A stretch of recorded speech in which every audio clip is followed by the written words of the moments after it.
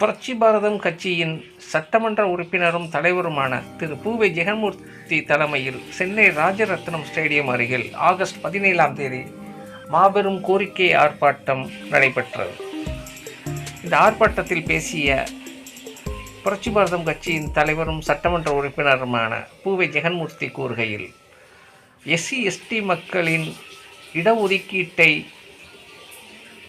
நீர்த்து போக செய்யும் வகையில் அரசியல் சட்ட அமைப்பு வழங்கிய உரிமைகளை பறிக்கும் வகையில் SC/ST இடஒதுக்கீட்டில் கிரிமிலேயர் நடைமுறையை புகுத்தும் நோக்கத்தோடு உள் இடஒதுக்கீடு என்ற பெயர் மத்திய மாநில அரசுகளின் சலுகைகளை உச்ச நீதிமன்றம் அங்கீகரித்துள்ளது. இது அரசியலமைப்பு சட்டத்திற்கு விரோதமானது. உச்சநீதிமன்றத்தின் இந்த தீர்ப்பை எதிர்த்து மத்திய அரசு உடனடியாக மேல்முறையீடு செய்ய வேண்டும் என வலியுறுத்தினார். SC/ST மக்களின் ஒற்றுமையை சீர்குலைக்கும் நோக்கில் இடஒதுக்கீட்டு நடைமுறையை சீர்குலைக்கும் வகையில் இத்தகைய செயல்கள் தொடர்ந்து அரங்கேற்றப்படுவதாகவும் அவர் தெரிவித்தார். உடனடியாக மத்திய மாநில அரசுகள் இந்த போக்கை கைவிட வேண்டும் எனவும் தெரிவித்தார்.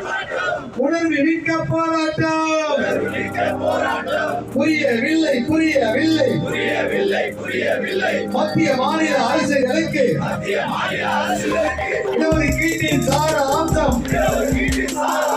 விளங்கவில்லை, புரியவில்லை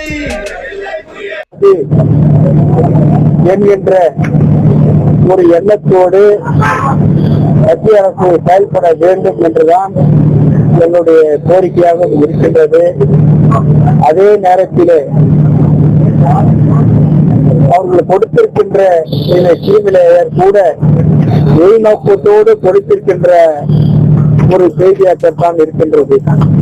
ஆகவே இதையெல்லாம் பரிசீலனை செய்து இந்த கிரிமிலேயராக இருந்தாலும் உள் ஒதுக்கீடாக இருந்தாலும் நாங்கள் ஒன்றாக இருக்கின்ற இந்த பட்டியலினத்தை எங்களை கூறு போட நினைப்பது எந்த விதத்தில் நியாயம்? எங்களுக்குள்ளாக சண்டை சச்சரவுகளை அரசியல் கட்சிகள் இழுத்து விடுவது எந்த விதத்தில் நியாயம்? ஏற்கனவே தமிழ்நாடு அரசு அந்த வேலையை செய்தது, இப்பொழுது மத்திய அரசு செய்கிறது என்று சொன்னால் இந்த தாழ்த்தப்பட்ட ஒடுக்கப்பட்ட பட்டியலின மக்கள் ஒன்றாக இருக்கக்கூடாது என்கின்ற உள்நோக்கம்தான் என்கின்ற ஒரு எண்ணம் இருக்கின்றது. அது ஏன் சொல்லுகிறது?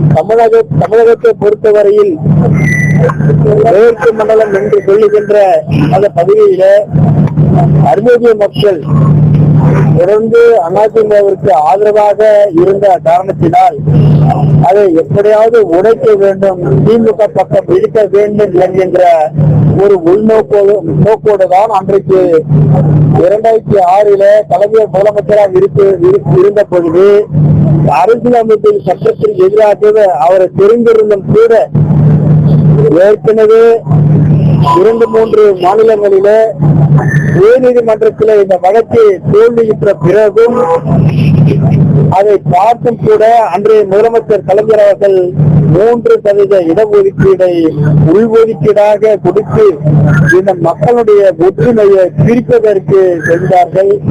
அதைதான் இன்றைக்கு மத்திய அரசும் செய்து கொண்டு இருப்பது வேதனையாக இருக்கின்றது. அதுதான் இன்றைக்கு கண்டிக்கின்ற வகையில அல்லது மத்திய அரசினுடைய கவனத்தை ஈர்க்கின்ற வகையில இந்த கண்டன ஆர்ப்பாட்டம் நடைபெற்றுக் கொண்டிருக்கின்றது.